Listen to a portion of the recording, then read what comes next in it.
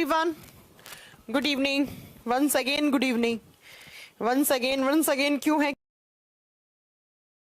क्योंकि आज मेरी शाम को केमिस्ट्री की क्लास भी हुई थी आपके बैच में, लेकिन उसमें मेरा कंप्यूटर जो है वो ऑटोमेटिक अपडेशन में चला गया, अपडेट होने चला गया और उसके बाद वो क्लास बीच में ही रुक गई। पता नहीं क्या हो गया।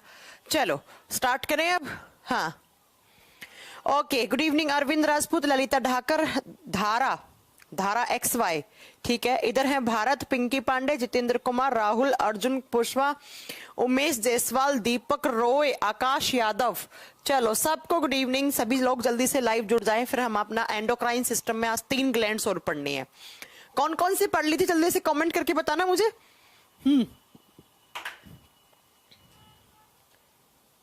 हाँ बिल्कुल दे सकते हैं आप यूपीपीसीएस का एग्जाम, बिल्कुल दे सकते हैं भारत जी आप। हाँ जी, नहीं बायोटेक्नोलॉजी नहीं पढ़ाया जाता है बेटा वनडे कॉम्पिटिटिव एग्जाम में। आरती पूछ रही है, आरती जी नहीं पढ़ाया जाता है बायोटेक अलग पार्ट होता है, यहाँ नहीं पढ़ाया जाता है बेटा वो ना। चलो फिर स्टार्ट करें। देखो हम लास्ट क्लास में, अच्छा हाँ, आज केमिस्ट्री वाली क्लास में पता नहीं मैंने कहा ना मेरा विंडो अपने आप ये लैपटॉप क्या कह रही हूँ, ये सिस्टम कंप्यूटर अपडेट पे चला गया और अपडेट पे जाने के बाद वो पता नहीं वो क्लास ही सेव सी नहीं हो पाई है ना, सेव नहीं हो रही ना, दिख नहीं रहा ना क्लास।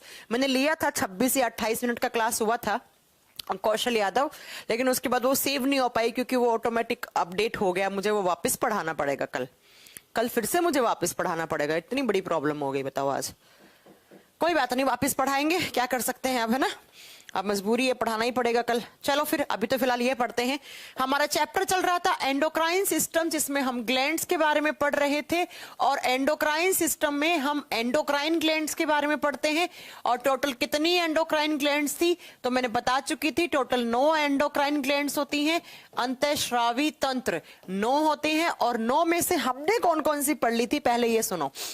हमने एक तो थायराइड पढ़ ली थी जो गले में होती है जहां तक मुझे याद है, और उसके बाद हमने पैराथायराइड पढ़ ली थी पढ़ ली थी बेटा पैराथायराइड। आज हम पहले पढ़ेंगे पीनियल ग्लैंड, उसके बाद थाइमस ग्लैंड, उसके बाद पेनक्रियाज। तो जल्दी से लिखेंगे पीनियल ग्लैंड 3 नंबर पे, है ना। और कोई रह जाए तो बता दीजिएगा। आज कल ये चैप्टर फिनिश करना है बेटा अपन को कैसे भी करके, है ना। 3 आज 3 6 हो जाना चाहिए कल, नहीं तो फिर परसों 20 मिनट में खत्म हो जाएगा। चलो सुनो, जब हम बात करते हैं पीनियल ग्लैंड के बारे में तो पीनियल ग्रंथि कहां होती है, तो इसकी लोकेशन तो मैं पहले ही बता चुकी हूं कि पीनियल ग्रंथि कहां होती है, हमारे ब्रेन में होती है। उसके बाद मैंने आपको एक पॉइंट बताया था बेटा, एक तो आपको याद होना चाहिए कि हमारे ब्रेन में टोटल 3 ग्लैंड्स होती हैं।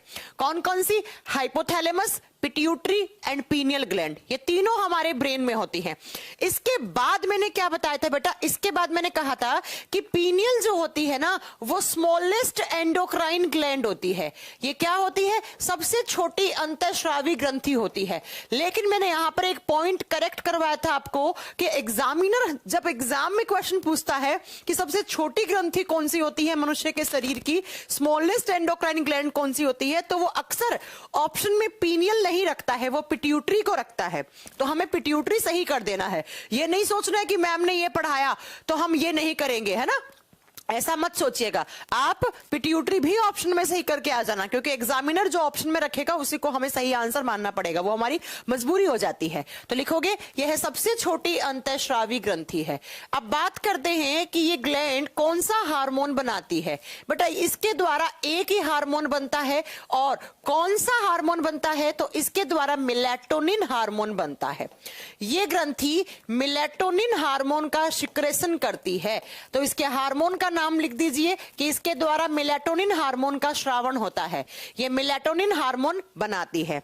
अब जब इस मेलेटोनिन हार्मोन की बात करते हैं तो इस हार्मोन को कहा जाता है नाइट हार्मोन, या तो इसको बोलते हैं रात का हार्मोन, या इसी का दूसरा नाम होता है hormone of darkness. Hormone of darkness, अंधेरे वाला हार्मोन, क्योंकि बेटा अंधेरे में ना ये हार्मोन ज्यादा मात्रा में सिक्रीट होता है। दिन में भी बनता है लेकिन दिन में थोड़ा बहुत बनता है। जैसे ही रात को अंधेरा सा होता है तो अंधेरे के समय ये हार्मोन ज्यादा बनता है। अब इस हार्मोन के काम क्या है, नाम से ही क्लियर है। देखो मेलेटोनिन, आपने कभी ये शब्द सुना है मेलेटोनिन? हमारी स्किन के अंदर एक पिगमेंट होता है। हमारी स्किन का जो ये कलर है ना, ये कलर के पीछे कौन सा पिगमेंट रिस्पॉन्सिबल होता है? तो मिलेनिन पिगमेंट। हमारी स्किन के अंदर एक पिगमेंट है जिसका नाम है मिलेनिन, और यही मिलेनिन हमारी स्किन को कलर देता है। जब ये मिलेनिन ज्यादा हो जाता है तो आपकी स्किन हल्की सी डार्क, हल्की सी काली हो जाती है। अगर ये मिलेनिन की कमी हो जाती है तो बेटा आपकी स्किन कुछ ज्यादा ही व्हाइट, मतलब कुछ ज्यादा ही ऐसे पैचेस से पड़ने लग जाते हैं आपकी स्किन के ऊपर। तो ये हार्मोन क्या करता है? मेलाटोनिन, मिलेनिन, मेलाटोनिन, मिलेनिन, नाम एक जैसे से लग रहे हैं ना। एक तो बेटा ये मेलाटोनिन हार्मोन जो है ना, ये मिलेनिन की मात्रा पर संतुलन बना के रखता है। ये मिलेनिन के अमाउंट को बैलेंस करने का काम करता है।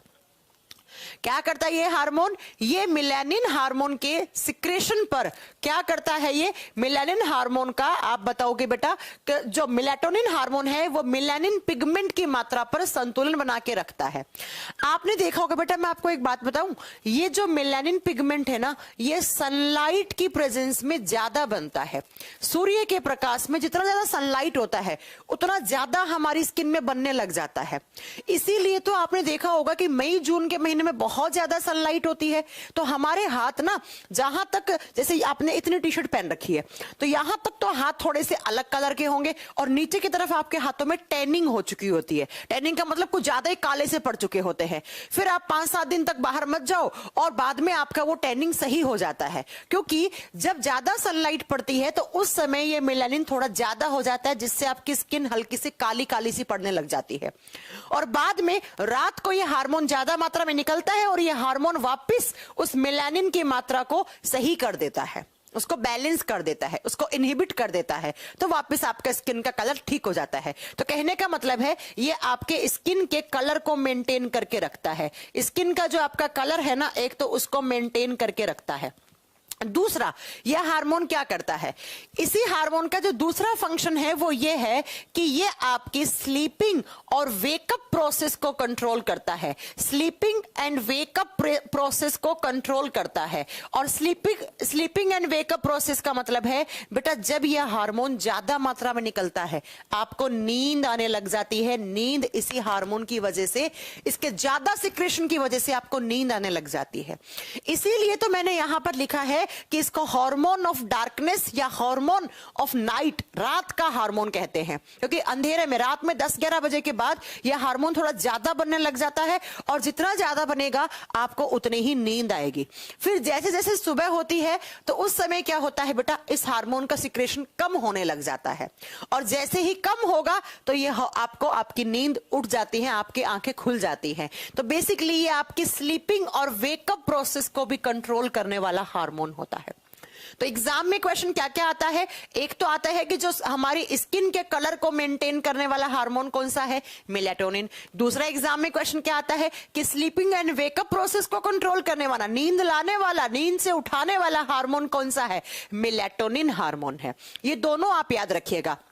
और तीसरा पॉइंट आपको याद रखना है कि इसी ग्रंथि को कहा जाता है बायोलॉजिकल क्लोक ग्लैंड। इसी ग्लैंड को कहा जाता है बायोलॉजिकल क्लोक ग्लैंड। एग्जाम में अक्सर क्वेश्चन पूछ लिया जाता है कि किस ग्रंथि को हमारे शरीर का जैविक घड़ी ग्रंथि कहा जाता है। इसे जैविक घड़ी ग्रंथि कहा जाता है, बायोलॉजिकल क्लोक ग्लैंड कहा जाता है। क्यों कहा जाता है? देखो बेटा, क्योंकि ये हमारे बॉडी के कार्डियक रिदम को कंट्रोल करता है। हमारे बॉडी के अंदर जितने भी मेटाबॉलिक रिएक्शंस होती हैं उनका टाइम ये डिसाइड करता है कि किस समय कौन सी मेटाबॉलिक एक्टिविटी स्टार्ट करवानी है, कब खत्म करवानी है, कब कितना खाना गया है उसका डाइजेशन करवाना है, कब कितने खाने का एब्जॉर्प्शन करवाना है।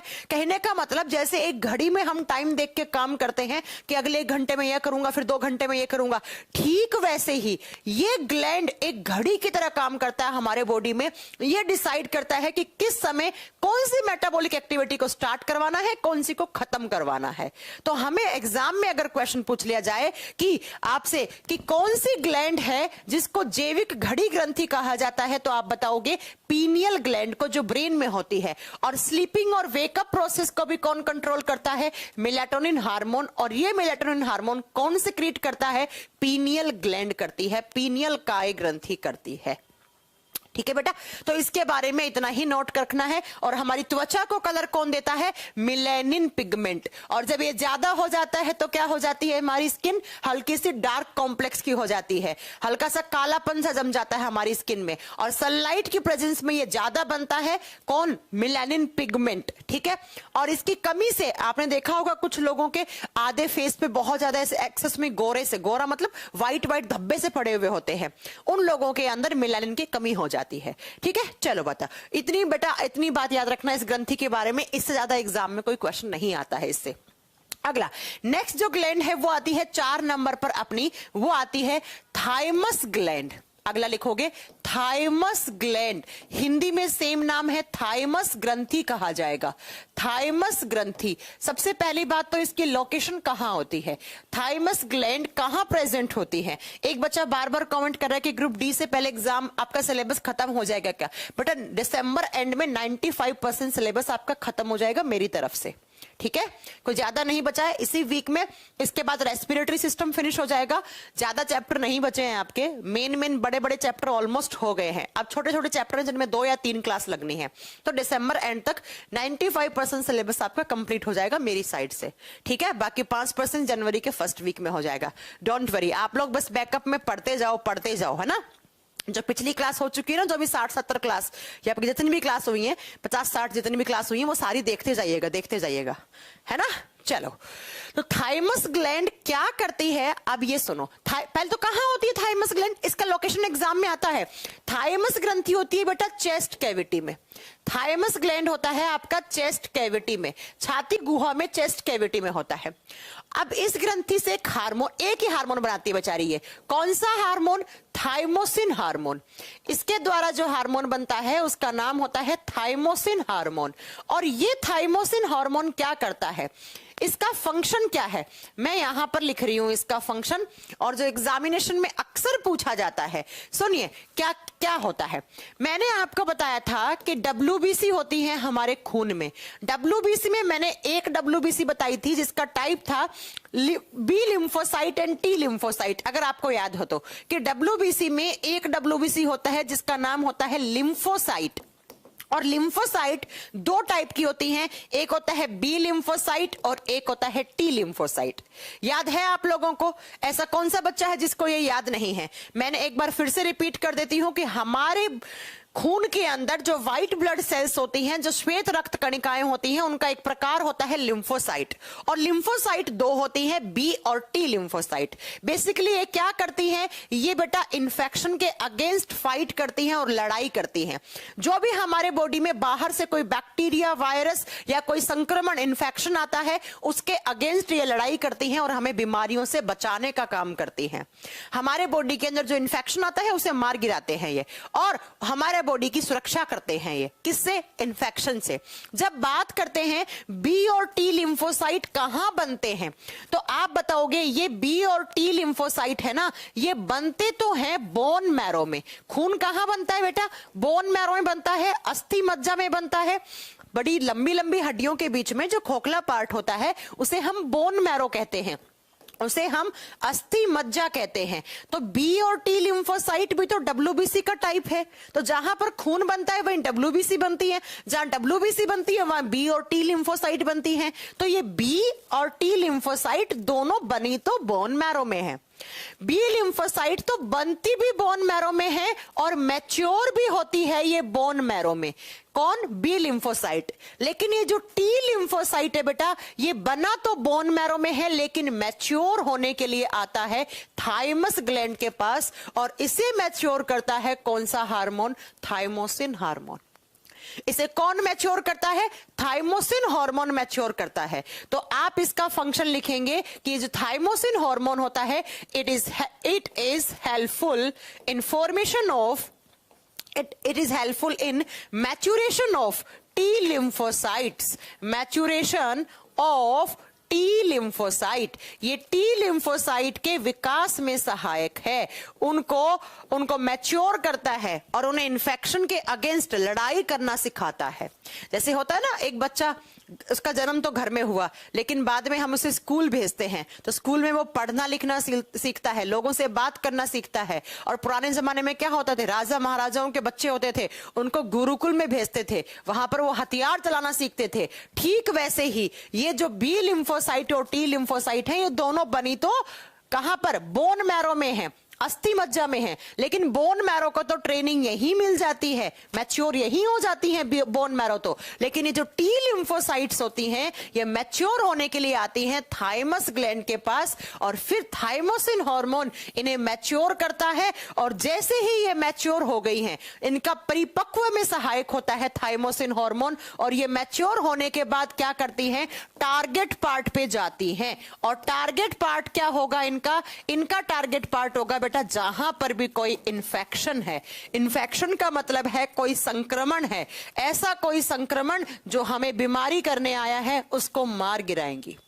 तो कहने का मतलब भाई, ये जो ग्रंथि है कौन सी, थाइमस ग्लैंड, ये तो हमारी इम्यूनिटी बढ़ाने वाली ग्रंथि है। बताओ है कि नहीं है, ये तो हमारी इम्यूनिटी इंक्रीज करने में हेल्प कर रही है। किस तरीके से, तो जो इम्यून सेल्स हैं टी लिम्फोसाइट, उनको मैच्योर करके। अगर थाइमस ग्लैंड नहीं होता तो टी लिम्फोसाइट मैच्योर नहीं होती। जब ये मैच्योर नहीं होती तो ये टारगेट पार्ट पे जाके इन्फेक्शन को मारती नहीं, और इन्फेक्शन को नहीं मारती तो ये इन्फेक्शन तो हमें बीमारी कर देता। तो बेसिकली ये क्या करती हैं, ये थाइमस ग्लैंड से निकलने वाला थाइमोसिन हार्मोन टी लिम्फोसाइट को ट्रेनिंग देता है, मैच्योर करता है कि तुम्हें किस तरीके से जाकर टारगेट पार्ट पे इन्फेक्शन को मारना है बेटा, उस इन्फेक्शन को मारना है जो हमें बीमारी करने आया है बाहर से। तो ये हमारे बॉडी में रोगों से लड़ने की प्रतिरोधक क्षमता को बढ़ाने का काम करती है, ये इम्यूनिटी जनरेट करने का काम करती है। और किस तरीके से, तो टी लिम्फोसाइट को मैच्योर करके, उनको ट्रेनिंग देके। समझ में आ गया। तो एग्जाम में क्वेश्चन आता है कि, एग्जाम के क्वेश्चन सुन लो, टी लिम्फोसाइट्स कहां मैच्योर होती हैं, थाइमस ग्लैंड के पास। कौन सा हार्मोन करता है, थाइमोसिन। एग्जाम में यही क्वेश्चन आते हैं। अब बेटा जो थाइमस ग्लैंड है ना, ये इकलौती ऐसी ग्लैंड है जिसका आकार उम्र के साथ घटता है। जैसे जैसे आपकी एज बढ़ती जाएगी, इसका साइज छोटा होता जाएगा। ये इकलौती ऐसी ग्रंथि है जिसका आकार उम्र के साथ घटता है। एग्जाम में क्वेश्चन आता है। इसका सबसे बड़ा जो साइज होता है वो होता है आपका किस उम्र में, बेटा ये मान लो 0 से 5 या 8 साल मान लो। फिर यहां पर जब आप 15 से लेकर 25 साल तक होते हो तो थाइमस ग्लैंड का साइज सबसे बड़ा होता है। और बाद में 26 साल के बाद धीरे धीरे इसका साइज डिक्रीज होकर जब आप 50-55 साल की उम्र में हो जाओगे तो इसका साइज सबसे छोटा हो जाएगा। इसका साइज क्या हो जाएगा, डिक्रीज हो जाएगा, घट जाएगा इसका साइज। और इससे बनने वाला जो हार्मोन है थाइमोसिन हार्मोन, वो भी कम बनेगा। और अगर थाइमोसिन हार्मोन कम बनेगा तो टी लिम्फोसाइट मैच्योर नहीं हो पाएंगी, और टी लिम्फोसाइट मैच्योर नहीं हुई तो इन्फेक्शन के अगेंस्ट वो फाइट नहीं कर पाएंगी और आपको इन्फेक्शन बीमारियां कर देगा। कहने का मतलब आपकी इम्यूनिटी क्या हो जाएगी, लो हो जाएगी। आपका जो रोगों से लड़ने का प्रतिरोधक क्षमता है उसमें कमी आ जाएगी। इसीलिए बुजुर्ग लोगों का इम्यून सिस्टम कमजोर होता है। इसीलिए बुजुर्ग लोगों को आसानी से बहुत सारी बीमारियां हो जाती हैं। क्यों हो जाती हैं, क्योंकि बेटा जब 50-55 साल के हो गए तो थाइमस ग्लैंड का साइज छोटा हो गया, थाइमोसिन हार्मोन निकलना बंद हो गया, टी लिम्फोसाइट मैच्योर नहीं हो पा रही हैं, उनको ट्रेनिंग नहीं मिल पा रही है कि इन्फेक्शन से लड़ाई कैसे करनी है, और वो इन्फेक्शन आपको बीमारियां कर रहा है आके, और आपके बॉडी का इम्यूनिटी लो हो जाता है, रोगों से लड़ने की प्रतिरोधक क्षमता में कमी आ जाती है। लेकिन जब आप ये 15 से 26 साल वाली उम्र में हो तो बेटा कभी कभी ऐसा होता है कि हमें जुकाम होती है, खांसी होता है, कफ होता है या बुखार होता है, तो हम दवाई भी नहीं खाते हैं, हम मेडिसिन भी नहीं लेते हैं। कोई बात नहीं, 3-4 दिन के बाद अपने आप ठीक हो जाते हैं। क्यों ठीक हो जाते हैं, क्योंकि 3-4 दिन के अंदर ये टी लिम्फोसाइट है जो बाहर से जुकाम खांसी करने वाले बैक्टीरिया वायरस जो भी इंफेक्शन आया है उसको मार गिराता है। क्योंकि इस उम्र में देखो ना आपका थाइमस ग्लैंड का साइज सबसे बड़ा है। तो एग्जामिनेशन के पॉइंट ऑफ व्यू से जो क्वेश्चन बनेंगे वो यही बनेंगे कि टी लिम्फोसाइट कहां मैच्योर होती हैं, बी लिम्फोसाइट तो कहां होगी, बोन मैरो में बनी वही मैच्योर होगी। टी लिम्फोसाइट बोन मैरो से निकल के कहां पर आ गई, चेस्ट कैविटी में थाइमस ग्लैंड के पास आ गई, और वो उनका ट्रेनिंग स्कूल है, और वहां पर उसने क्या किया, लड़ना सीखा। किससे, इन्फेक्शन से लड़ना सीखा। ठीक है बेटा, समझ में आ गई मेरी बात। और कौन सा हार्मोन, थाइमोसिन हार्मोन। और एग्जाम में अगर क्वेश्चन आ जाए किस ग्रंथि का आकार उम्र के साथ घटता है, तो वो कौन सी ग्रंथि है, वो इकलौती ऐसी है थाइमस ग्लैंड। बाकी जब जन्म लेते हैं तब जैसे रहती हैं, और जब आप मरते हो तब भी वो वैसे ही रहती हैं। ठीक है, चलो अब नेक्स्ट 5 ग्रंथियां होगी, नहीं 4 पढ़ ली ना। हाँ, अगली नेक्स्ट लिखते हैं हम एड्रीनल ग्लैंड। थोड़ी सी बड़ी है लेकिन कोई बात नहीं, एग्जामिनेशन में क्वेश्चन आते हैं वो सब पढ़ेंगे हम। एड्रीनल ग्लैंड, हिंदी में इसे कहा जाता है अधिवृक्क ग्रंथि। एड्रीनल, अधिवृक्क ग्रंथि। वृक्क का मतलब होता है बेटा किडनी, पढ़ा तो चुकी हूं आपको। ये किडनी के ऊपर होती है। एड्रिनल ग्लैंड कहां होती है, किडनी के ऊपर। एक किडनी आपका ऐसे है बीन शेप में, दूसरा किडनी आपका ऐसे है बीन शेप में। तो इसके ऊपर इस तरीके से कौन सी ग्लैंड्स होती हैं, एक जोड़ी में आप बताओगे थायराइड एड्रिनल ग्लैंड होती है। थायराइड तो गले में होता है, इस तरीके से। ये आपकी किडनी हो गई है, किडनी को हिंदी में वृक्क लिखा जाता है, और दोनों किडनियों के ऊपर 2 एड्रीनल ग्लैंड होती हैं। ये कौन सी ग्लैंड है, ये है बेटा एड्रीनल ग्लैंड। तो सबसे पहला क्वेश्चन तो यही हो गया कि एड्रीनल ग्लैंड कितनी होती हैं, 2। कहां होती हैं, on the upper side of kidney, kidneys के ऊपर, दोनों गुर्दों के ऊपर 2 होती हैं। और ये जो एड्रीनल ग्लैंड होती है ना, ये 2 पार्ट में बटी हुई होती है बेटा। इसके 2 भाग हैं। ऊपर देखो मैंने इमेज में 2 बना भी दिए हैं। ये देखो, एक तो इसका ये वाला पार्ट है, ये वाला जहां पर मैं येलो येलो पेन चला रही हूं, ये होता है इसका आउटर पार्ट, और आउटर पार्ट का नाम होता है कॉर्टेक्स।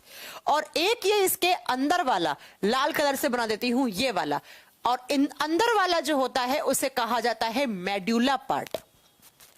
ठीक इधर वाली के भी ऐसे ही 2 हिस्से होते हैं। तो मैं ये कहना चाह रही हूं कि बेटा जो एड्रिनल ग्लैंड होती है वो 2 हिस्सों में बंटी हुई होती है। जो आउटर होता है उसे तो कहा जाता है कॉर्टेक्स, लाल कलर से दिखेगा नहीं, आउटर होता है उसे कहा जाता है कॉर्टेक्स। अधिवृक्क ग्रंथि 2 भागों में बंटी हुई होती है। कॉर्टेक्स को हिंदी में वलकुट कहा जाता है, और ये जो मेडुला होता है इसे हिंदी में पिंड वाला भाग कहा जाता है। पिंड वाला भाग ये बाहरी है बेटा, cortex is the outer part and medulla is the inner part, ये अंदर का पार्ट है। अब ये जब दोनों अलग अलग हैं तो बड़ी ऑब्वियस सी बात है कि दोनों हार्मोन भी तो अलग अलग बना रहे होंगे। जब 2 अलग अलग पार्ट हैं तो हार्मोन भी तो अलग अलग सिक्रीट करते होंगे ना। यस, जब हम बात करते हैं कॉर्टेक्स से टोटल कितने हार्मोन निकलते हैं, तो पहले कॉर्टेक्स पढ़ ले।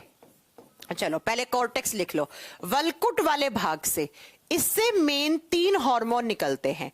कौन कौन से निकलते हैं, अब इनके नाम बेटा थोड़े से टफ लगेंगे आपको सुनना भी लिखना भी, लेकिन बेटा एग्जाम में आते हैं तो हमारी मजबूरी है। इससे 3 क्या पढ़ा रही हूं मैं, एड्रिनल ग्लैंड जो हमारे किडनी के ऊपर की तरफ होती है वो 2 हिस्सों में बंटी हुई होती है, एक आउटर कॉर्टेक्स, इनर मेडुला। तो कॉर्टेक्स से 3 हार्मोन, मेडुला से 2, टोटल 5 हार्मोन बनाती है ये ग्लैंड। अब कौन कौन से हैं, नाम जरा देखिए। कॉर्टेक्स से पहला जो होता है उसे कहा जाता है ग्लूकोकोर्टिकोइड्स। अब ध्यान से सुनना, ग्लूकोकोर्टिकोइड्स, हिंदी मीडियम वाले बच्चों सेम नाम है, लिख दीजिए ग्लूकोकोर्टिकोइड्स, ग्लूकोकोर्टिकोइड्स। दूसरा जो हार्मोन होता है उसे कहा जाता है मिनरेलोकोर्टिकोइड्स, मिनरेलो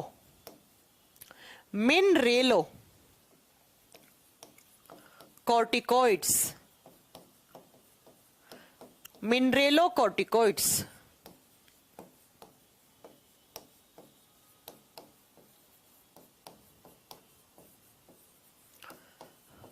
और 3 नंबर पे जो आता है उसे कहा जाता है एल्डोस्टेरोन।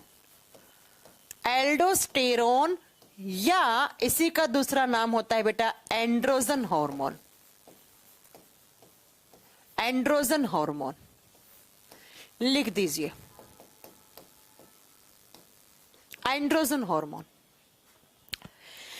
लिख दोगे, या फिर आप इसको थोड़ा छोड़ो, एक बार थोड़ी देर बाद समझाती हूं इसे कि ये क्या होता है, नहीं तो कंफ्यूज हो जाओगे तुम। ये लिखो इस तरीके से। मैंने कहा कि आउटर वाला पार्ट है जो कॉर्टेक्स, उससे 3 हार्मोन मेनली निकलते हैं। एक बार प्रोनाउंस करो मेरे साथ साथ, ग्लूकोकोर्टिकोइड्स। कोर्टिकोइड्स के आगे ग्लूको लगा देना है। दूसरा है मिनरेलोकोर्टिकोइड्स, कोर्टिकोइड्स के आगे मिनरेलो लगा दो। और तीसरा जो होता है वो होता है एंड्रोजन हार्मोन। बेटा पहली बात तो ये हार्मोन एक एक हार्मोन नहीं है, ये ग्रुप है हार्मोन्स के। ये जो नाम है ना ग्लूकोकोर्टिकोइड्स, ये एक पूरे हार्मोन का ग्रुप है बेटा। और इसमें से मेन कौन से होते हैं? कोर्टिसोल, इसीलिए इसका दूसरा नाम कोर्टिसोल भी पड़ता है। तो अगर कभी आपसे एग्जाम में पूछ लिया ना कि कोर्टिसोल हार्मोन कौन सी ग्रंथि बनाती है, तब भी आपका आंसर एड्रिनल ग्लैंड ही होना चाहिए। तब भी आपका आंसर क्या होगा? एड्रिनल ग्लैंड, अधिवृक्क होगा। क्योंकि ये जो ग्लूकोकोर्टिकोइड्स है ना, ये एक हार्मोन का ग्रुप है, बहुत सारे हार्मोन का ग्रुप है। उसमें जो मेन ग्लूकोकोर्टिकोइड्स रिलीज करती है ये, वो करती है कोर्टिसोल। वो कौन सा करती है? ये कोर्टिसोल करती है। ठीक है, समझ में आ गई मेरी बात? एक पॉइंट तो ये हो गया। दूसरा, ये मिनरेलोकोर्टिकोइड्स भी बेटा एक हार्मोन का ग्रुप है पूरा। ये भी क्या है? एक हार्मोन का ग्रुप है। और एंड्रोजन हार्मोन जो होते हैं इन्हें कहा जाता है सेक्सुअल हार्मोन्स, क्योंकि ये ना सेक्सुअल कैरेक्टर डेवलप करवाने का काम करते हैं। ये सेक्सुअल कैरेक्टर्स बनाने का काम करते हैं, लैंगिक लक्षणों का विकास करवाते हैं। ये लड़के में लड़कों वाले लक्षणों का और लड़कियों में लड़कियों वालों का लैंगिक लक्षणों का विकास। जैसे लड़कों के अंदर लड़कों के मेल रिप्रोडक्टिव ऑर्गन की ग्रोथ करवा देगा, फीमेल में मैमरी ग्लैंड्स की, फीमेल के जो रिप्रोडक्टिव ऑर्गन्स होते हैं उनकी ग्रोथ करवाता है। इसलिए इसे कहा जाता है सेक्सुअल कैरेक्टर डेवलप करवाने वाला हार्मोन। जब ग्लूकोकोर्टिकोइड्स की बात करते हैं तो ग्लूकोकोर्टिकोइड्स का काम क्या होता है? सुनो, इसके 2 काम होते हैं।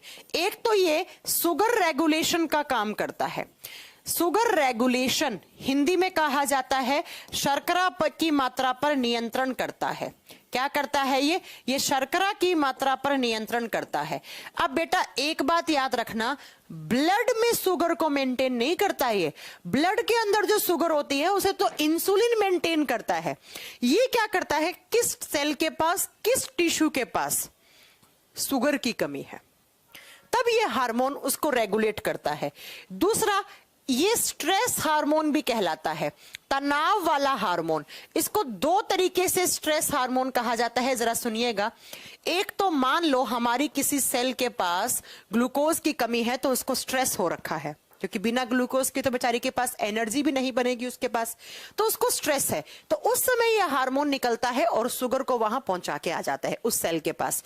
दूसरा, जब कभी भी आपके बॉडी में किसी भी चीज को, किसी भी बात को लेकर स्ट्रेस हो रहा है, उस स्ट्रेस को रेगुलेट करने का काम करता है कि कब किस बात का कितना स्ट्रेस होना चाहिए, कितना कम, कितना ज्यादा, उसको रेगुलेट करने वाला हार्मोन होता है। तो बेसिकली ग्लूकोकोर्टिकोइड्स, देखो नाम से ग्लूकोज क्या होती है? शुगर होती है। तो इसका काम क्या है? ये एक तो शुगर रेगुलेशन का और दूसरा स्ट्रेस रेगुलेशन का काम करता है। तो इसे स्ट्रेस हार्मोन या स्ट्रेस रेगुलेशन लिख लो यहां पर कि स्ट्रेस हार्मोन और स्ट्रेस रेगुलेशन का, तनाव की मात्रा पर, तनाव को नियंत्रण करना, इसका काम है। जो मिनरेलोकोर्टिकोइड्स होते हैं बेटा, ये काम करते हैं सोल्ट रेगुलेशन का। ये किसका काम करते हैं? सोल्ट रेगुलेशन का, नमक की मात्रा पर नियंत्रण करते हैं। हमारे बॉडी में सोल्ट बहुत जरूरी है। सोल्ट बोले तो NaCl, तो ये नमक की मात्रा पर संतुलन बना के रखते हैं। अगर नमक की मात्रा पर संतुलन का पूछ ले तब तो करके आना मिनरेलोकोर्टिकोइड्स। किस सेल के पास कितना ग्लूकोज है उसको रेगुलेट कौन करेगा? ग्लूकोकोर्टिकोइड्स। और सेक्सुअल कैरेक्टर बनाने वाले हार्मोन्स कौन से होते हैं? Androgen hormone.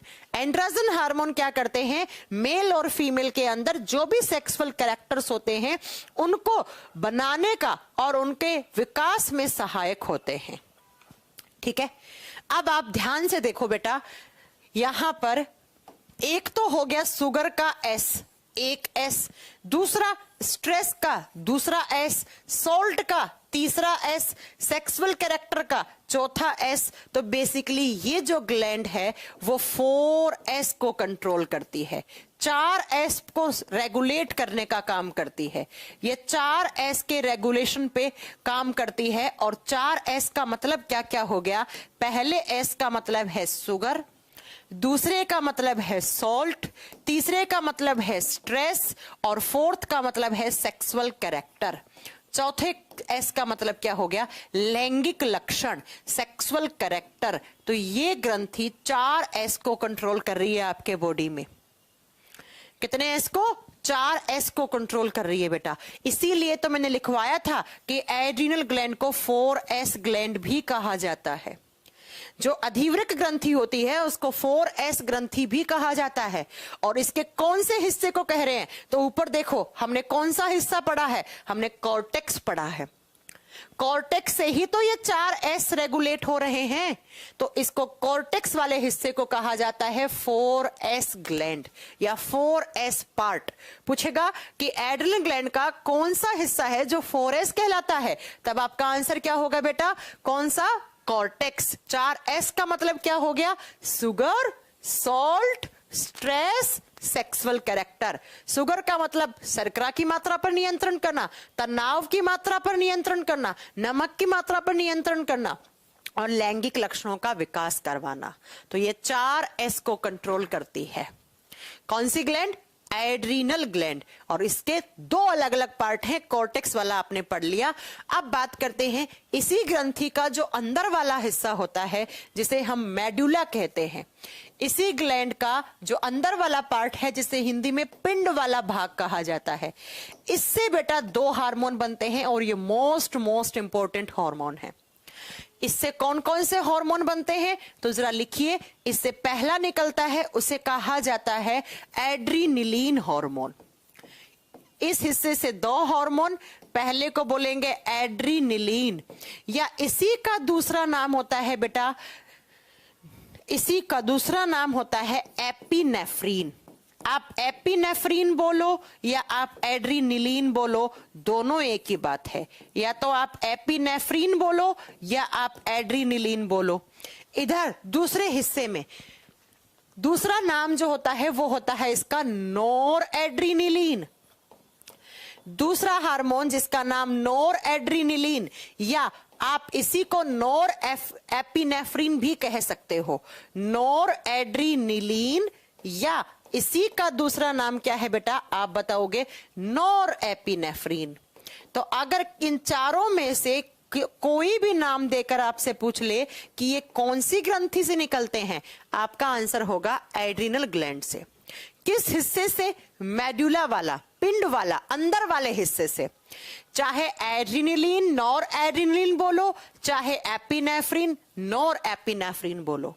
और इनका काम क्या होता है बेटा? ये हार्मोन दोनों एक साथ जुड़ के काम करते हैं। और इनका काम क्या है? तो एड्रीनिलीन और नोर एड्रीनिलीन हमारे बॉडी में 3F को कंट्रोल करते हैं, 3F को कंट्रोल करते हैं। और 3F का मतलब होता है फियर। फियर का मतलब होता है डर लगना। जब कभी भी आपको किसी चीज से डर लगता है तब आपके बॉडी में जो भी बायोलॉजिकल चेंजेस आते हैं। अब आप बताओ, जब आपको डर लगता है तो क्या क्या बदलाव देखा है आपने आपके बॉडी में? हाँ जी, क्या क्या बायोलॉजिकल चेंजेस आते हैं जब आपको डर लगता है? तो क्या क्या जैविक बदलाव देखे हैं आपने? जब आपको डर लगता है तो आपका गला सूखता है।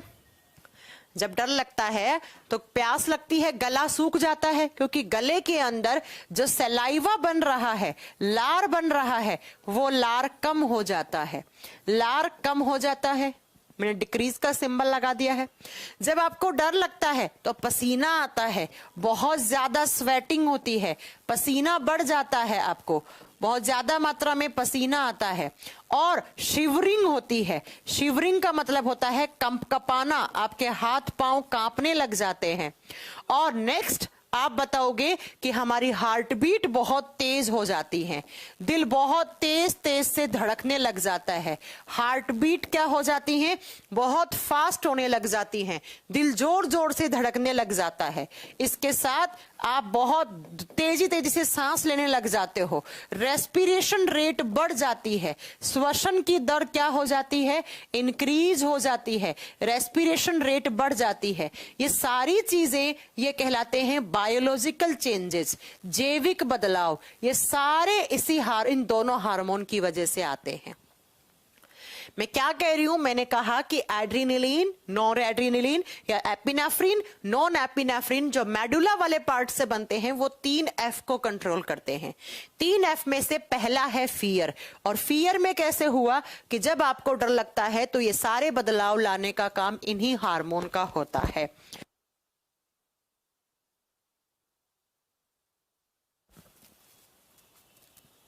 क्या हो गया?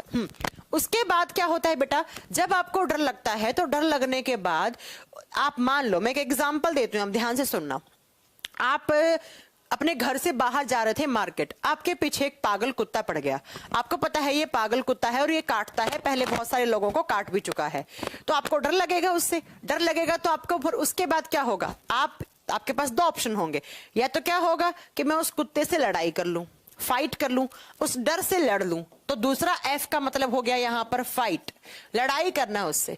या फिर या तो मैं उससे लड़ूं या फिर मैं उस जगह से भाग जाऊं, मतलब वहां से फ्लाइट हो जाऊं। फ्लाइट का मतलब या फ्लाइट हो जाऊं। अब यहां पर फ्लाइट का मतलब ये नहीं है कि मैं एरोप्लेन पकड़ के भाग जाऊं, नहीं, फ्लाइट का मतलब है उस जगह से भाग जाऊं। तो 3F का मतलब क्या क्या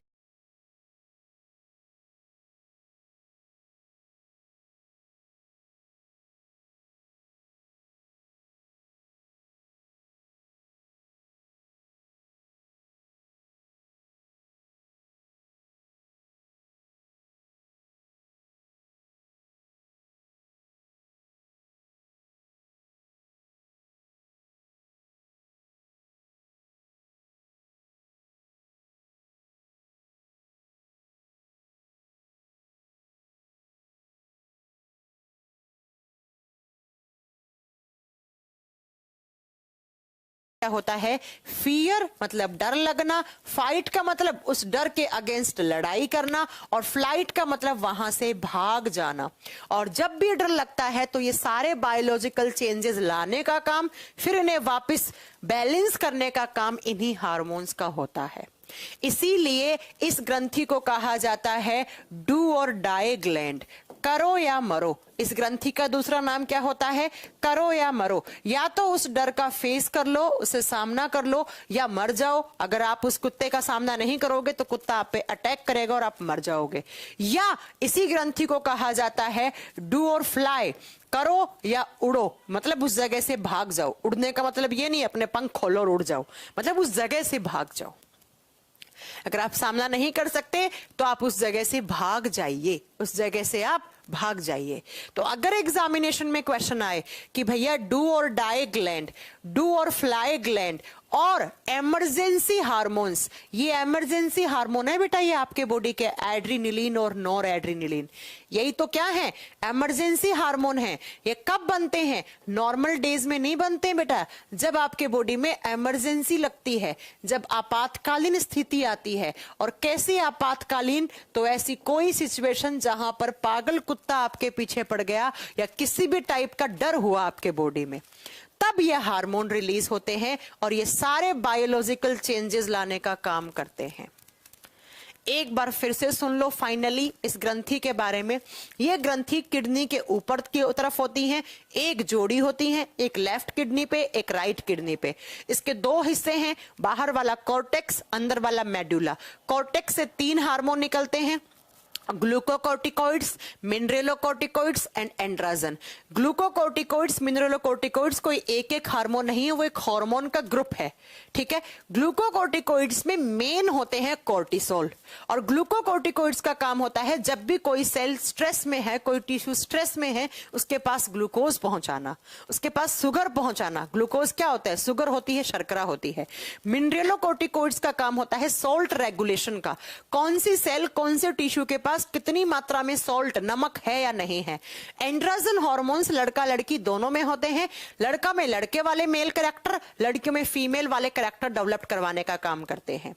तो जो कॉर्टेक्स वाला पार्ट है वो 4S आप बताएंगे बेटा, 4S को कंट्रोल करता है। कौन कौन सा? Sugar, salt, sexual character and stress. फिर इसका जो अंदर वाला हिस्सा है मेडुला, उससे दो हार्मोन निकलते हैं। कौन कौन से? एड्रीनिलीन एंड नोर एड्रीनिलीन। चाहे इसे एड्रीनिलीन, नोर एड्रीनिलीन बोलो, चाहे इसे एपिनेफ्रिन या नोर एपिनेफ्रिन बोलो। ये हार्मोन तब निकलते हैं जब आपके बॉडी में कोई इमरजेंसी कंडीशन होती है। कैसी इमरजेंसी कंडीशन? आपको किसी चीज का फियर है, डर लग रहा है, तो डर लगने के बाद जो भी चेंजेस आते हैं, जैसे आपका गला सूख जाता है, पसीना बहुत निकलता है, आप कंपकपाने लग जाते हो, हाथ पांव कंपकपाने लग जाते हैं, रोंगटे खड़े हो जाते हैं, गूसबम्स आ जाते हैं आपको, आपका दिल तेज से धड़कने लग जाता है, हार्ट बीट बहुत तेज हो जाती है, सांस लेने की दर भी बढ़ जाती है। ये सारे चेंजेस इन्हीं हार्मोन की वजह से आते हैं। फिर जब डर लगा तो आपके पास दो ऑप्शन है, या तो उस डर का सामना करो, उससे फाइट करो, उससे लड़ाई करो, या फिर उस जगह से भाग जाओ, फ्लाइट हो जाओ उस जगह से। और इसीलिए इस ग्रंथि का नाम पड़ा डू और डाई, करो या मरो, या डू और फ्लाई, करो या भाग जाओ, करो या उड़ जाओ उस जगह से। तो ये सारे question, emergency gland, 3F, 4S, do और डाई, डू और फ्लाई, करो या लड़ो, करो या मरो, आपातकालीन ग्रंथि, 3F, 4S, सारे क्वेश्चन अगर एग्जाम में आए तो हम सबका आंसर क्या हुआ? एक ही। और क्या आंसर हुआ? Adrenal gland. हम सबका आंसर क्या हुआ कि ये सारे नाम हम किसके रेफरेंस में लेते हैं, किसके कॉन्टेक्स्ट में यूज करते हैं? एड्रीनल ग्लैंड, अधिवृक्क ग्रंथि के कॉन्टेक्स्ट में ये सारे नाम यूज में लिए जाते हैं। बता दोगे? अब बताओ, किसी को कोई यहां तक की क्लास में प्रॉब्लम है समझने में या किसी भी प्रकार की, तो मुझे बताइए, जल्दी बताइए, फिर मैं अगला नेक्स्ट ग्लैंड स्टार्ट करूं। कितनी पढ़ ली हमने? हमने पढ़ दिया बेटा पीनियल, कौन सा हार्मोन? मेलेटोनिन। हमने थायराइड ग्लैंड, जिससे थायराइड हार्मोन, T3 T4। फिर हमने पैराथायराइड पढ़ा, उसके बाद हमने थाइमस पढ़ा, थाइमोसिन हार्मोन, उसके बाद हमने एड्रीनल ग्लैंड पढ़ा। अब हम नेक्स्ट पढ़ेंगे बेटा कौन सा? अगला लिखिएगा आप, पैनक्रियास। नेक्स्ट लिख लो 6 नंबर पे पैनक्रियास। पैनक्रियास, जिसे हम हिंदी में अग्नाशय भी कहते हैं। पैनक्रियास, अग्नाशय। सबसे पहले तो ये पैनक्रियास कहाँ होता है? तो ये होता है एब्डोमिनल कैविटी में। कहां पर? एब्डोमिनल कैविटी में। एब्डोमिनल कैविटी का मतलब क्या होता है बेटा? जहां पर छाती वाला पार्ट खत्म होता है, पेट वाला पार्ट शुरू होता है, जिसे हिंदी में उदर गुहा कहा जाता है। और कैसा होता है? तो ऐसा, पेड़ के पत्ते के जैसा, ऐसा। पैनक्रियास दिखने में कैसा होता है? लीफ लाइक ऑर्गन होता है। एक पेड़ का जैसा पत्ता दिखता है ना, वैसा दिखता है ये, पेड़ के पत्ते जैसा ऑर्गन है। और इस ऑर्गन की हुई है बेटा खोज, और जिस साइंटिस्ट ने इस ऑर्गन की खोज की है उनका नाम है लैंगरहैंस।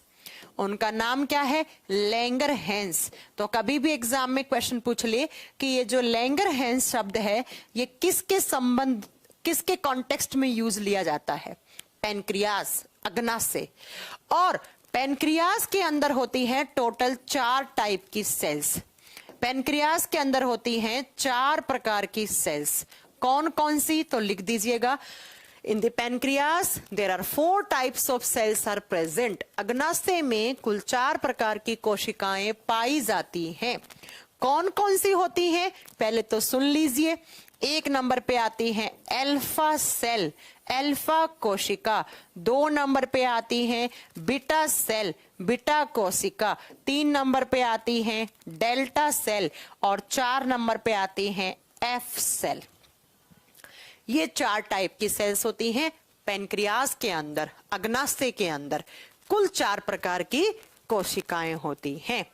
और एक एग्जाम में अगर क्वेश्चन आ जाए कि सबसे ज्यादा कौन सी होती है, तो बेटा बीटा सेल मैक्सिमम होती है। सबसे ज्यादा कौन सी सेल्स होती हैं पेनक्रियाज में? Beta cells. और ये जो अल्फा बीटा डेल्टा होती हैं, इन तीनों से निकलते हैं हार्मोन। ये तीनों जो हैं, ये तीनों बनाती हैं हार्मोन। पेनक्रियाज की अल्फा बीटा और डेल्टा सेल्स हार्मोन रिलीज करती हैं, इसलिए इस हिस्से को बोलते हैं हम एंडोक्राइन वाला पार्ट। ये कौन सा पार्ट है? एंडोक्राइन ग्लैंड वाला पार्ट है। ये अंतःस्रावी ग्रंथियों की तरह काम करता है। लेकिन बच्चों, ये जो एफ वाला पार्ट होता है ना, ये बनाता है जूस। और कौन सा जूस? Pancreatic juice. और उस जूस के अंदर एंजाइम होते हैं। और मैंने बहुत अच्छे से आपको पढ़ाया है कि एंजाइम बनाने वाली जूस कौन सा? तो पैनक्रियाटिक जूस। पढ़ा चुकी हूं डाइजेस्टिव सिस्टम में सारी बातें, ये याद है?